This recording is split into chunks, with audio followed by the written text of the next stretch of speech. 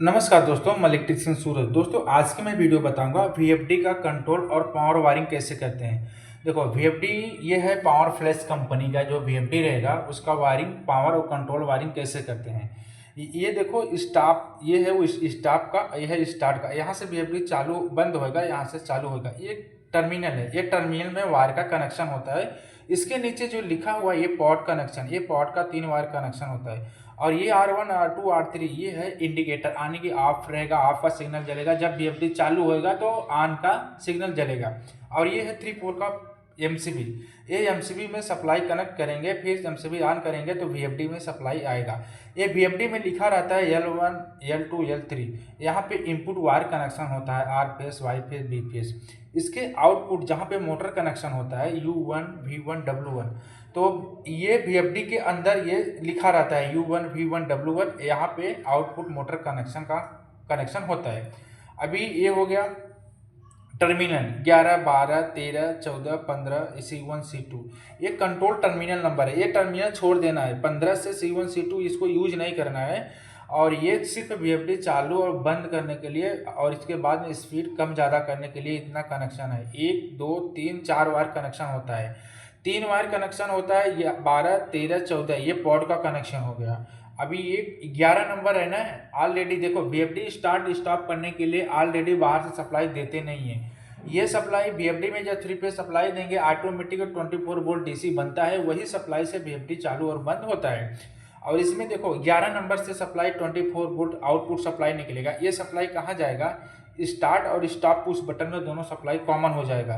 ये हो गया 24 वोल्ट डीसी सप्लाई रहेगा। और इसके बाद में स्टॉप करने के लिए 1 नंबर में टर्मिनल में कनेक्शन होता है और वीएफडी ऑन करने के लिए 2 नंबर में कनेक्शन होता है। बाकी 3 4 5 6 नंबर ये टर्मिनल छोड़ देना है, सिर्फ वीएफडी चालू होएगा बंद होएगा। और वीएफडी का सिग्नल चाहिए, जैसे ऑन का सिग्नल ऑफ का सिग्नल, तो कनेक्शन करना कहाँ पड़ना पड़ेगा। ये हो गया R1 R2 R3। ये देखो R3 इसमें, R2 इसमें कॉमन है, R2 नंबर कॉमन है। तो R2 में कोई भी सप्लाई दे सकते हैं, चाहे आर फेस का या बी फेस का, कोई भी एक ही सप्लाई दे सकते हैं। न्यूट्रल नहीं देना है, खाली फेस को देना है। तो फिर ये फेस की सप्लाई R2 में दे देना है कनेक्शन। R3 का जो है यहाँ से ऑफ का सिग्नल मिलेगा, यानी कि वीएफडी ऑफ पोजीशन में रहेगा, ऑन का सिग्नल मिलेगा।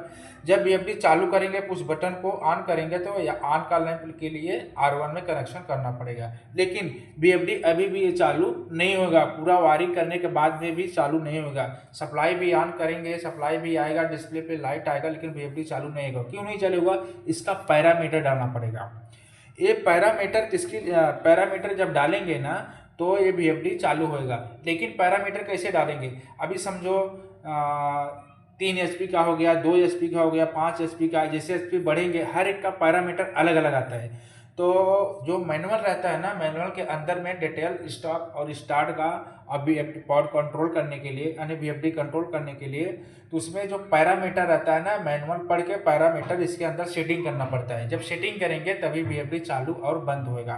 फिर बात करते हैं वीएफडी ये मोटर में क्यों लगाते हैं। देखो दोस्तों मैं ये बताता हूँ, जैसे वीएफडी हो गया, मोटर को स्लो फास्ट करने के लिए वीएफडी मोटर में लगाते हैं। नहीं तो मोटर चालू बंद करने के लिए कॉन्टैक्टर के ऊपर भी मोटर चालू बंद कर सकते हैं। लेकिन ये कॉन्टैक्टर के ऊपर सिर्फ लाइन, कॉन्टैक्टर क्या करता है, सिर्फ सप्लाई बंद और चालू करता है। यहाँ से भी मोटर को कंट्रोल नहीं कर सकते। समझो 1400 आरपीएम का मोटर है, अपने को 600 आरपीएम पे चलाना है, 700 आरपीएम पे चलाना है, तो ये कॉन्टैक्टर के ऊपर ये मोटर कंट्रोल नहीं हो पाएगा। उसके जगह पे क्या करेंगे, वीएफडी लगाते हैं। वीएफडी लगाने से क्या होता है कि मोटर को स्पीड स्लो फास्ट करके चला सकते हैं। इसके लिए वीएफडी के अपना स्लो फास्ट करने की अगर ज़रूरत है, मोटर को कंट्रोल करने की ज़रूरत हो, तो वहाँ पे वीएफडी लगाते हैं।